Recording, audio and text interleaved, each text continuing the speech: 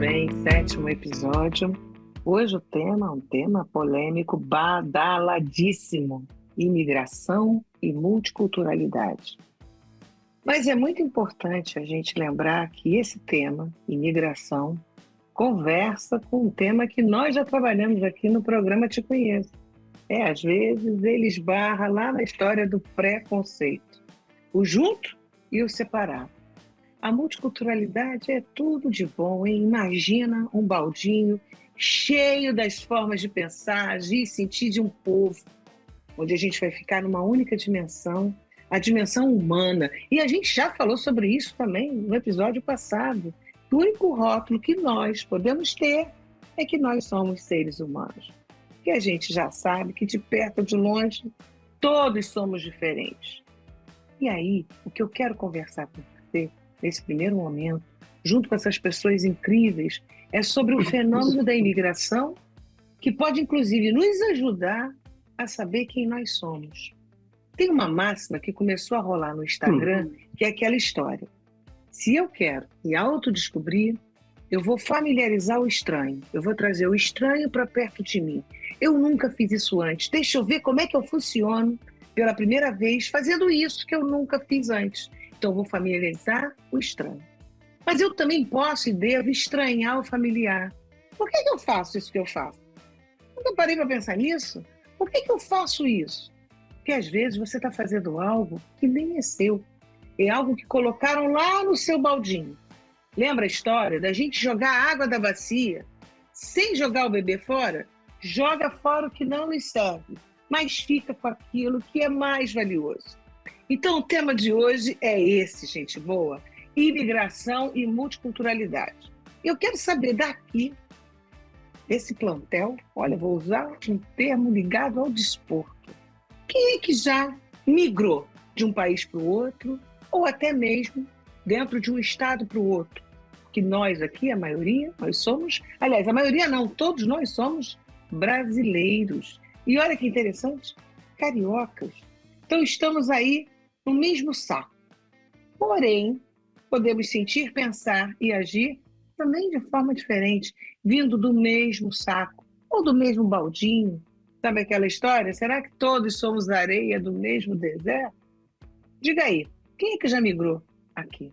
Eu sou imigrante há 3 anos aproximadamente. Decidi sair do meu país de origem e vim morar na Europa, em Portugal. E estou bem feliz, mas é um grande desafio. Já vamos falar disso. Quem mais também? Eu sou carioca, mas há 7 anos larguei as praias do Rio de Janeiro para vir aqui para o gelo do Canadá, passar frio, quer dizer, não passar frio, mas tentar fazer a vida e enfrentar a neve. Tá certo. E as meninas? Duda, Henriette? Eu tô preparada. Eu estou preparada para isso. Ó, eu tô aqui, sim, eu preparada, tô com a mala pronta. Até porque eu acredito na possibilidade do conhecimento advindo desse processo. E na coexistência de que as pessoas podem se interligar. A gente sabe da vaidade, né, dos presidentes e das grandes nações, mas eu acredito que um processo multicultural, logicamente, traz questões muito subjetivas, porém, traz avanços e muito conhecimento. E já que eu gosto muito desse desafio, eu estou bastante preparada. Poderia até ser para um outro estado brasileiro, mas eu estou preparada para sair do continente. Olha, e você, Duda, já viveu essa experiência? Eu tive uma oportunidade, logo que eu entrei no turismo, eu conheci uma pessoa em Nova York, uma amiga, e ela casou com um americano e queria que eu fosse para lá ajudar ela, na Park Avenue, não era pouca coisa não.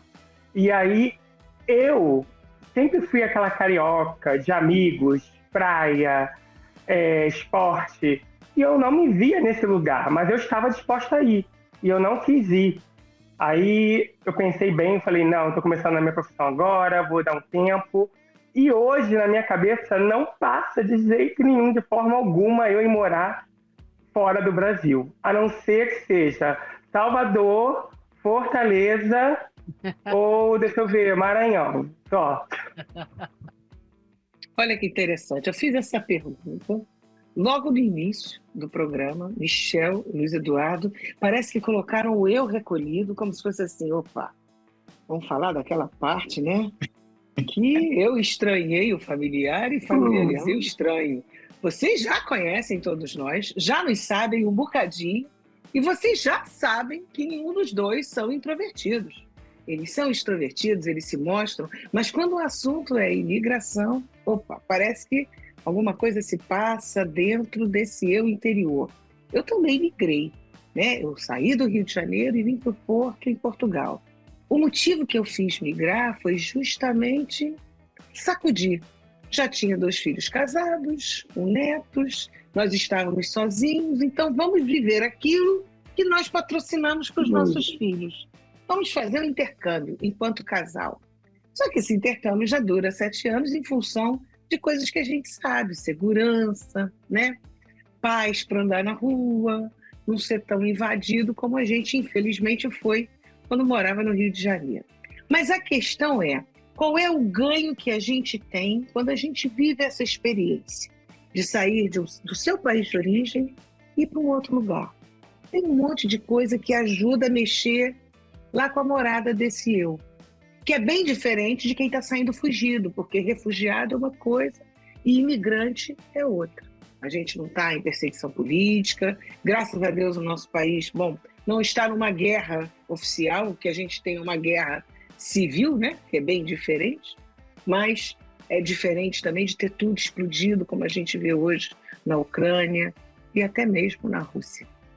Lá, pessoal, Israel, a faixa de Gaza, deve ser muito complicado. Essa semana eu li que uma mãe viu seu filho morrer congelado do frio, em plena faixa de Gaza. Então imagina isso, você perder a sua oportunidade de mobilidade, de sair de um lugar para o outro, porque a fronteira diz, daqui você não passa. E aí você não passa e você morre, não por opção, mas por condição. Mas o tema que eu quero estar garimpando para esse 7º episódio é justamente o quanto viajar, morar fora, pode ajudar no desenvolvimento do eu, pode ajudar a gente a se autoconhecer. Eu vou contar para vocês uma mensagem que nós recebemos ainda há pouco de uma pessoa do Rio de Janeiro que morou 1 ano nos Estados Unidos. Ela disse assim, olha, foi muito importante para mim viver essa experiência de 1 ano. Primeiro que eu fui para aperfeiçoar o meu inglês, uma língua que não era minha. Então era muito difícil. Mas nos primeiros 3 meses eu comecei a ver que uma força interna dentro de mim nascia. Quando peguei o ônibus pela primeira vez, eu não sabia que eu tinha que ter o dinheiro certo, porque não pode dar troco nos ônibus nos Estados Unidos. Então o motorista do ônibus deu um grito comigo. E ali eu fiquei apavorada. Me recolhi e as pessoas do ônibus que me ajudaram. Depois, o que aconteceu? Logo na 3ª, 4ª, 5ª semana, que eu peguei o ônibus novamente, eu já sabia como tinha que fazer. Se ele falasse comigo de um jeito, eu já sabia como responder. E isso foi me fortalecendo. Outra coisa que ela sinalizou foi experimentar o espaço e a oportunidade de ficar longe dos pais, que ela nunca tinha ficado antes. Era muito ligada. E outra coisa, o grande ganho, as palavras iam entrando e ela ia aprendendo inglês também na prática e no sufoco. Então ela diz que foi a melhor experiência que ela viveu na vida dela. Ela tem 35 anos. Como é que foi e como é que é para vocês? Então, a minha imigração, né, minha migração foi assim, não foi literalmente uma migração. Eu estava também com os meus motivos de sair do meu país, os meus pais tinham falecido, eu já não tinha coisas que me agarravam ao meu país, né? Eu não tinha mulher, não tinha filhos, não tinha nada. Então eu decidi fazer uma viagem. Falei, vou conhecer um país diferente, já conhecia muitos estados do meu país e resolvi vir para Portugal. No começo, quando você vem como como turista é uma coisa, né? Como você vem para passear, para se divertir é uma coisa. Eu também era como a Duda, nunca tive esse desejo, sou carioca mesmo. Eu sou daquele que gosta de sol, de ir pra praia, de dormir tarde. E nunca me vi fora dessa minha zona de conforto. Mas, como a Henriette falou, trocar essas informações, conhecer pessoas, viver novidades, isso é muito importante para cada ser humano. Eu acho que todo ser humano devia viver essa etapa. Para mim, é o que ainda há. Tipo, a gente deve falar isso mais para frente. A gente sofre muito porque não é o nosso país, não é o nosso povo, não é a nossa cultura. Não é nada a ver com a gente, mas a gente vai aprendendo, vai se adaptando, vai ensinando, vai aprendendo e as coisas vão acontecendo de uma forma natural. Para mim, hoje, depois de 3 anos fora do meu país, eu já me sinto bem mais tranquilo, né? Esse imigração meio fechado, hoje já é um pouco mais aberto, hoje já tenho um pouco mais de intimidade com o país que eu vivo. Mas não foi assim, entendeu? Então nós temos, mas para resumir tudo, o nosso país é o nosso país, nunca vai ser pior do que nenhum, é o nosso país, mas as nossas escolhas vai decidir onde a gente quer ficar, se é no nosso país, se é em outro país. Como é que você vê isso, Luiz Eduardo, para você? Olha, foi um processo doído, né? Nunca é um passeio no parque. Tem tudo esse negócio aí que a pessoa comentou, que você vai descobrindo coisas novas em você e forças e estruturas que acabam te dando apoio, mas que você não sabia que estavam lá. Então é um tempão de andar pelo abismo, tentando adivinhar se você vai cair ou não.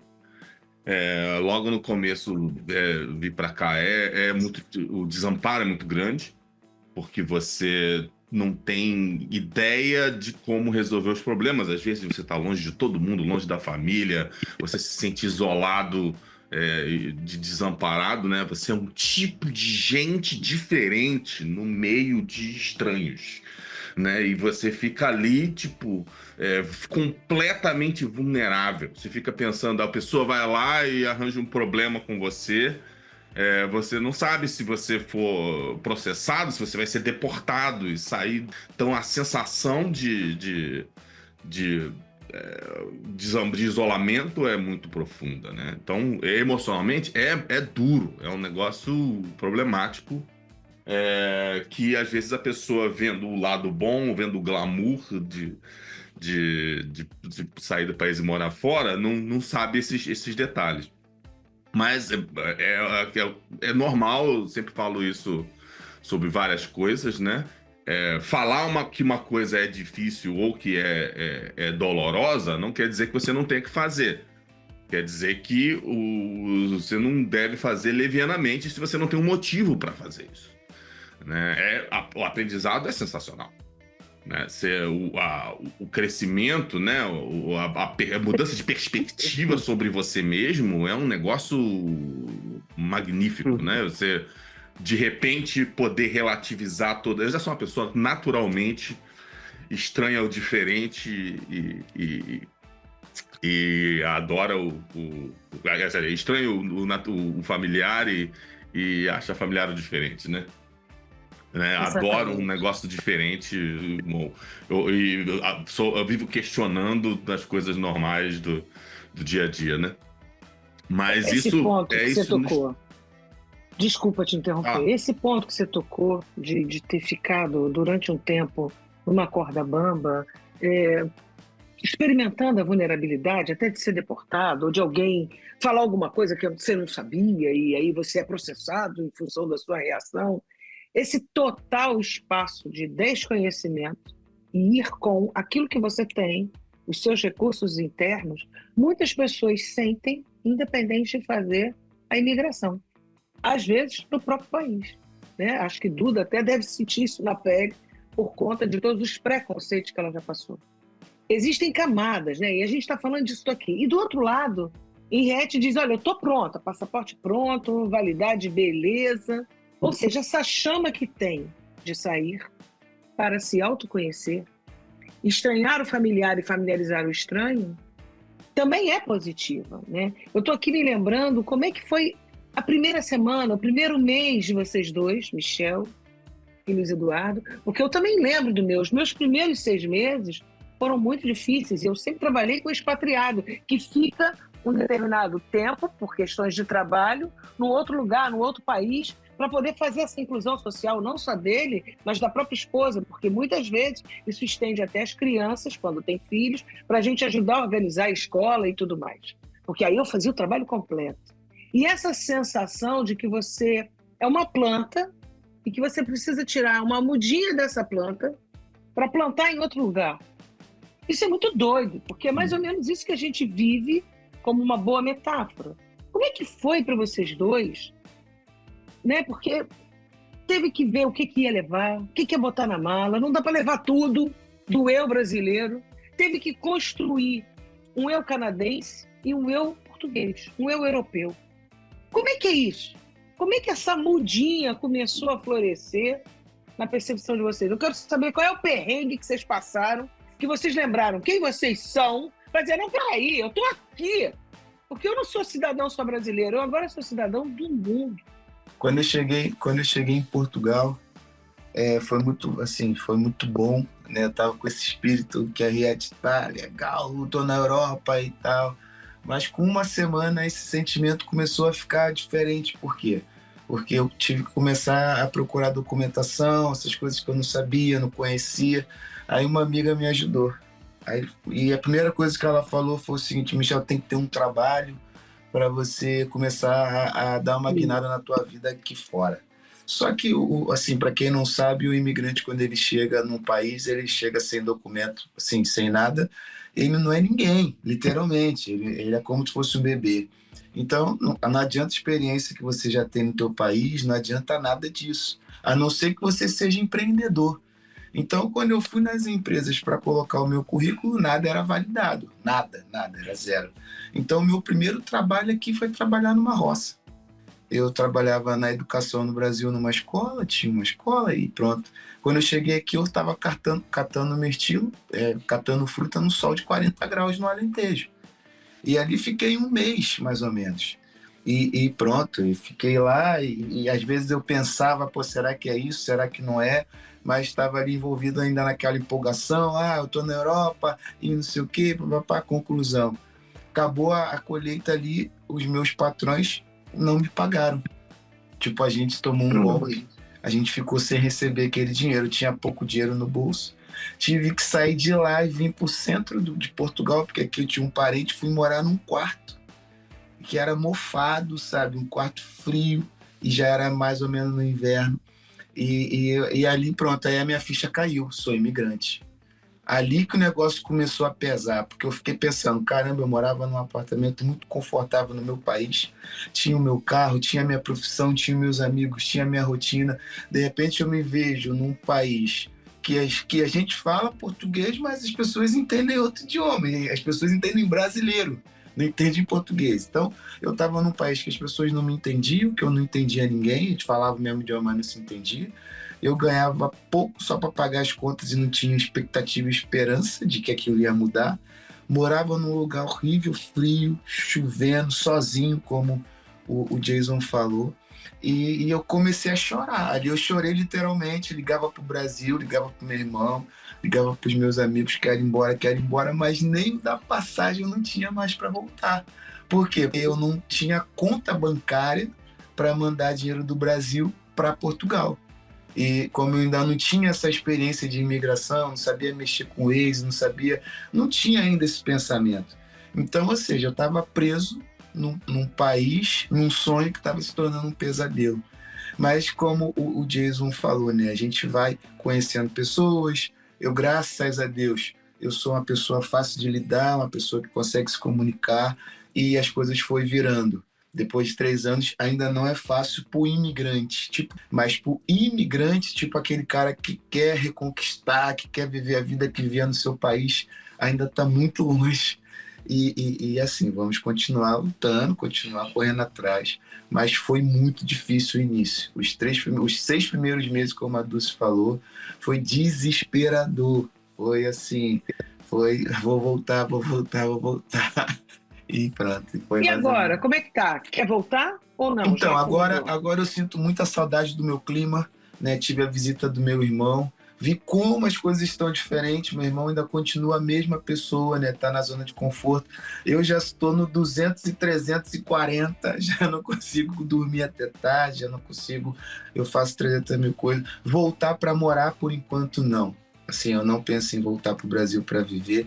Quero voltar para rever meu sol, comer meu arroz com feijão, né? Falar os meus é mesmo e pronto. Mas, Mas Michel, a Oi. oportunidade, por exemplo, de trabalho para você, porque com toda certeza e sem ingenuidade, eu acho que tanto o Luiz quanto você foram no intuito de ter uma vida de trabalho e que isso transformasse, né, numa vida financeira diferente. Hoje, para essa decisão do não voltar, o trabalho aí é melhor do que no Brasil? Então, Henriette, tipo, quando eu vim para cá, eu vim para ficar 22 dias. Eu ainda estava empregado no meu trabalho. Quando eu cheguei aqui, as primeiras semanas, né, a gente estava na Europa, aquela empolgação, ainda tinha um pouco de dinheiro no bolso, eu falei, vou ficar. Não quero mais voltar, não tenho filho, não tenho mulher. Falei para a minha empresa que eu não queria ficar mais, me deram lá uma justa causa por abandono e eu fiquei, normal. Só que, assim, é como você perguntou, né? As oportunidades de trabalho aqui, para eu conseguir alcançar os objetivos, assim, o ponto que eu estava no meu país, isso demora muito tempo, tá? Assim, tipo, não adianta que você vai emigrar do seu país, a não ser que seja empreendedor, ou que você seja funcionário do teu país. Mas se você quiser chegar aqui, pelo menos em Portugal, e quiser exercer a função que você exercer no seu país, você tem que correr atrás de uma série de documentações, de reconhecimentos, que às vezes você nem consegue. Então, ou seja, você é obrigado a pegar inúmeros subempregos, né, que a gente costuma falar, que não é ofensivo, tá? Empregos que você nunca trabalhou, tipo, como eu estou te falando, eu nunca trabalhei numa roça. Então, para você conseguir se manter e correr atrás de uma série de documentações e contatos e conhecimento para chegar nos seus objetivos, que é o financeiro. Hoje, depois de 3 anos, hoje aqui eu trabalho como motorista, né, aqui em Portugal, e trabalho com a arte, com a música. Né? Trabalhei com escola também um período, não deu tempo de conciliar tudo, e hoje, depois de 3 anos, eu tenho uma estabilidade financeira, sim. Mas até chegar nesse ponto, eu passei por várias coisas que eu nunca trabalhei na minha vida. Não, assim, não foi, né, de morrer, tá? Você não vai morrer, né, por aí, mas assim, você tem que se reinventar. Se você chegar com a cabeça do nativo, com a cabeça do brasileiro, né? Eu vou lá, eu dou meu jeitinho, faço isso, faço aquilo, esquece, nem vem. Agora, se você vir com a cabeça aberta, de querer construir uma vida nova, começar do zero, e de repente se submeter a algumas coisas que você submeteu quando você tinha 17, 18 anos no Brasil, aí beleza. A não sei que você case com uma pessoa rica, né? Aí dá uma sorte. Mas que não eu quero voltar a esse tema com você já, mas eu quero ouvir também a Duda, quero ouvir a Henriette, mas queria que o Luiz Eduardo nos contasse, antes das meninas, o que aconteceu que fez você lembrar quem você era, para que você pudesse dar conta de tanta vulnerabilidade. Olha, demorou muito, viu? E não retorna tudo, porque tem tudo. O seu eu, pelo menos para mim, nunca é o seu eu sozinho, né? O apoio da sua comunidade é que faz você ficar mais forte, né? Por assim dizer. E o isolamento é cruel nesse sentido. Mesmo eu não passei por nenhum desses perrengues de trabalho do Michel, dei muita sorte, eu já vim para cá com trabalho. Então, nesse sentido, foi mais tranquilo um pouco, mas também me expôs a um outro tipo de vulnerabilidade, né? Eu só podia trabalhar ali, então eu não podia falhar de jeito nenhum, que se eu fosse mandado embora, eu era deportado instantaneamente. Outra tensão terrível. Mas eu vim por 4 meses sem os meus filhos. Então, a pessoa que está acostumada a cuidar de criança todo dia De repente entrar numa casa de noite e ela tá silenciosa é duro, é um negócio horrível. Eu ficava assim, eu lembro uma das coisas mais marcantes foi uma vez o meu aniversário, o primeiro aniversário aqui, eu tava sozinho ainda, sem as crianças, sem ninguém. Aí o pessoal do trabalho, vamos lá, e fizemos lá um monte de celebrações, né? Eu, pô, celebrando, mas muito triste, triste. Aí cheguei em casa, danei, eu fiquei meses procurando uma casa, porque eu precisava de uma casa para caber todo mundo. Descobri que aqui, né, não se mora em apartamento, não é uma coisa normal as pessoas terem os apartamentos grandes, então os apartamentos eram miudinhos, aí não cabia meu time de basquete, né? Então eu tive que procurar uma casa. Eu não entendo de casa, então foi um trabalho, uma coisa muito dura. Então eu andava quilômetros e quilômetros para conhecer os lugares, ir lá com o corretor, procurar uma casa para poder alugar, né? Ver o preço, aí pô, não conseguia pagar essa, aí foi um negócio. Finalmente consegui achar uma casa que eu conseguia pagar e que cabia todo mundo. Aí fiquei eu sozinho lá na casa grande, sem móveis, né? Porque também não tinha. Ou compra uma coisa ou compra outra, né? Tipo assim, a coisa do imigrante, você tem que começar tudo do zero, né? Então, você tem que ir, comprar uma cama primeiro, compra o primeiro colchão, depois compra a cama, né? E aí eu sentava lá e começava a chorar, assim. E aquela coisa do desamparo, né? Eu não sabia aonde pedir ajuda, o que fazer, né? Como aliviar aquele estresse. Hoje eu já saberia, né, onde buscar apoio, né? O que fazer para poder não. Mas assim, são 7 anos de aprendizado. Hoje eu entendo muito mais de coisas que poderiam ter me ajudado antes. Mas ao mesmo tempo, provavelmente também bata a cabeça em parede que daqui a mais 5 anos eu vou saber. É muito com a estrutura cultural que você vai ter que absorver, que a pessoa que nasceu aqui já nasce exposta e com uma rede de apoio mais rica que faz tudo isso. Mas acho que eu passei muito tempo nesse isolamento, especialmente por causa dos tipos de relacionamento, né, que eu tinha.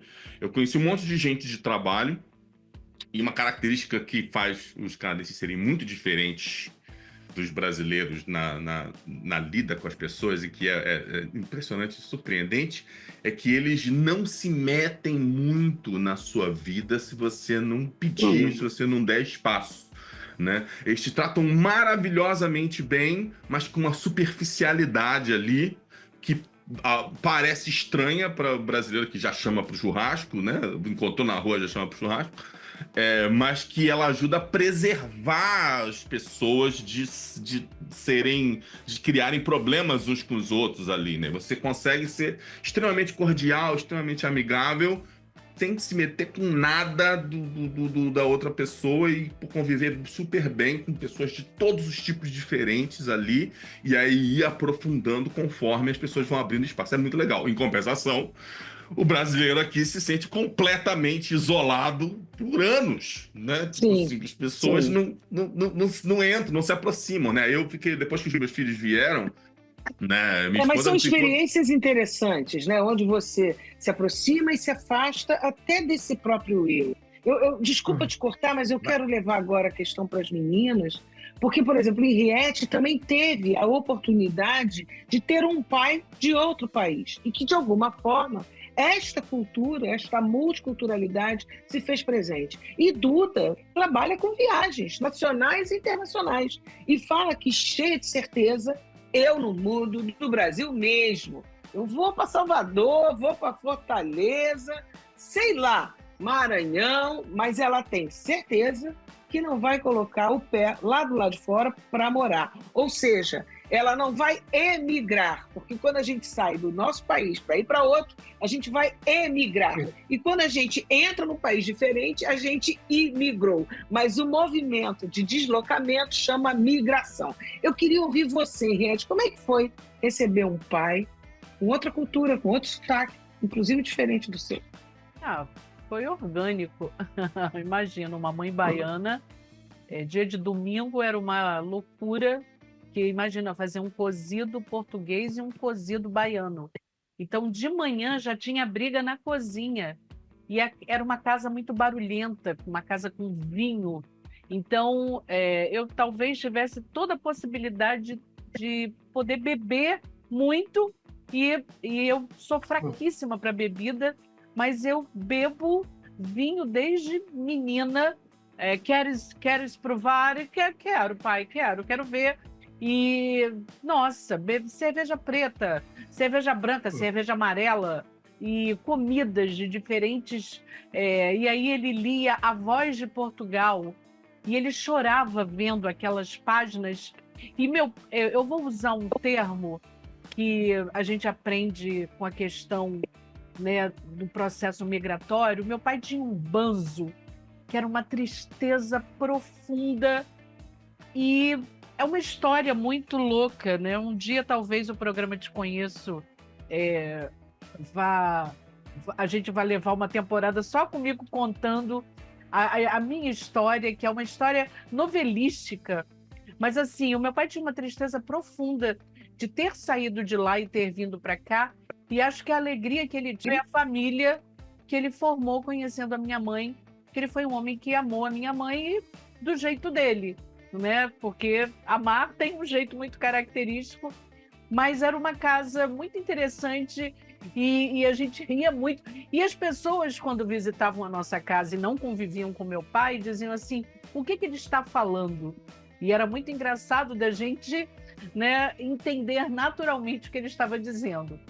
Mas eu teria, assim, acho que muita naturalidade de conhecer um lugar e de ficar. Não sei se eu ficaria eternamente, mas para conhecer e trabalhar essa coisa cultural, com toda certeza eu me colocaria à disposição do que o universo tem preparado. Tanto é que em 2024 eu celebrei o término do meu curso de espanhol e eu fiquei muito feliz. Eu era a aluna mais velha da turma e, assim, a minha felicidade de poder ter cumprido esse compromisso.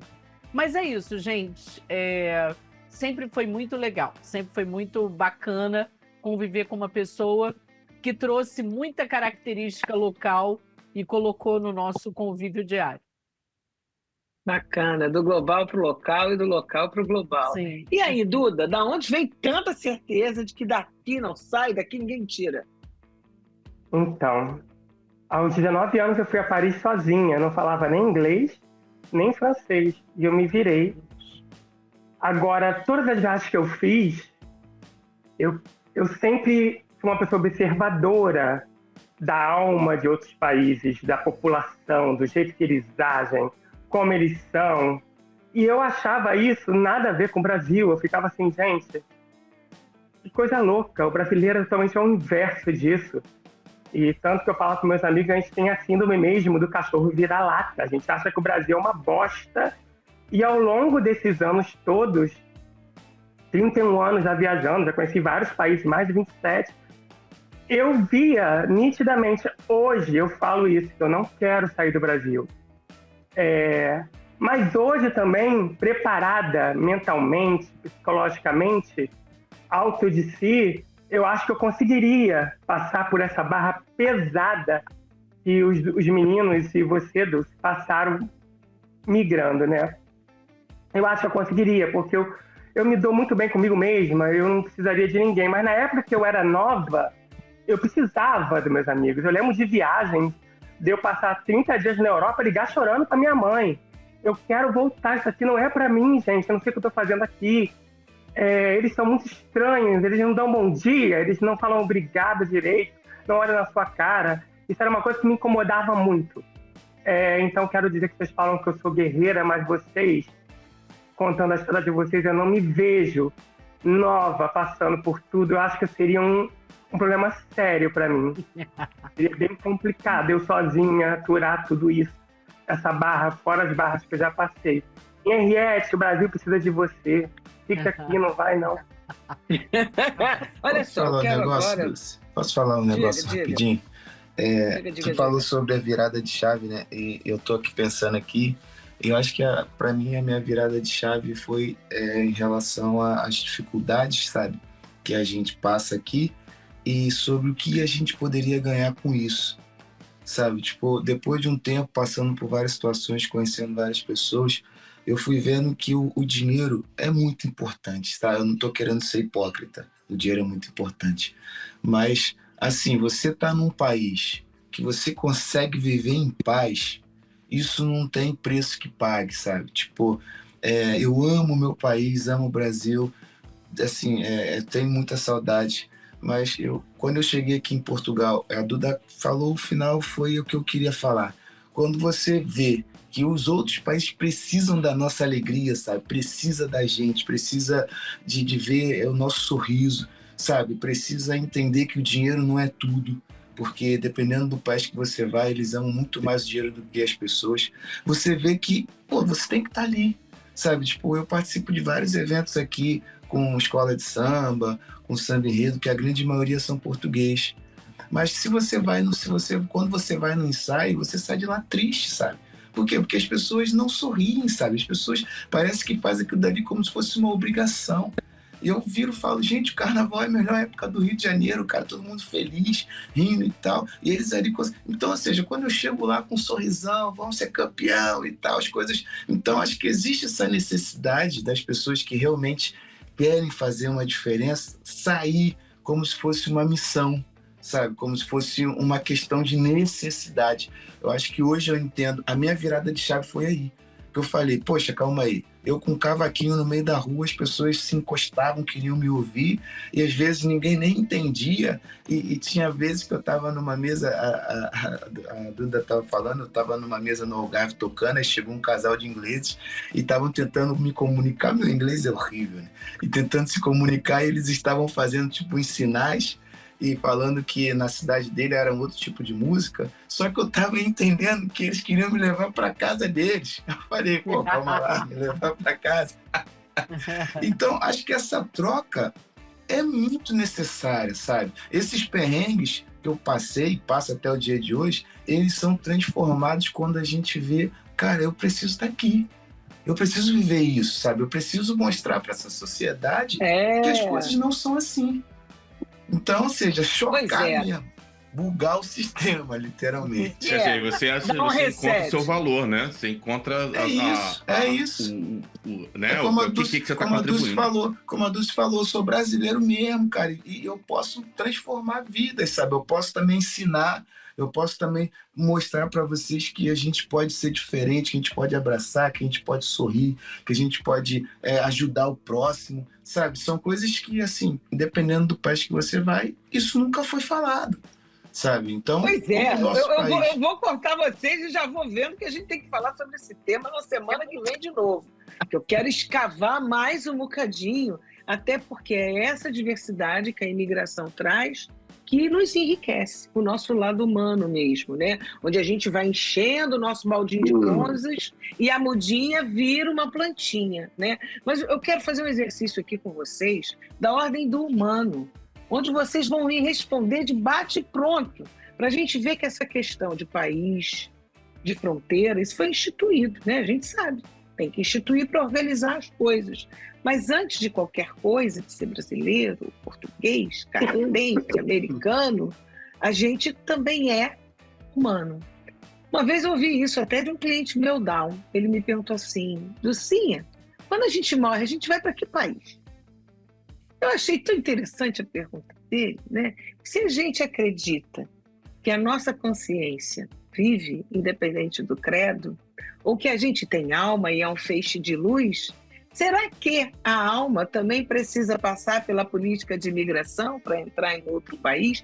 E mais ainda, se a gente pensar que cada um de nós é um país, com leis e com regras próprias, do que a gente tolera, do que a gente não tolera, a gente para e pensa o que o outro fez que a gente permitiu que ele entrasse na nossa vida. E às vezes a gente permite que o outro entre na nossa vida e faça inclusive um strike, bagunce tudo.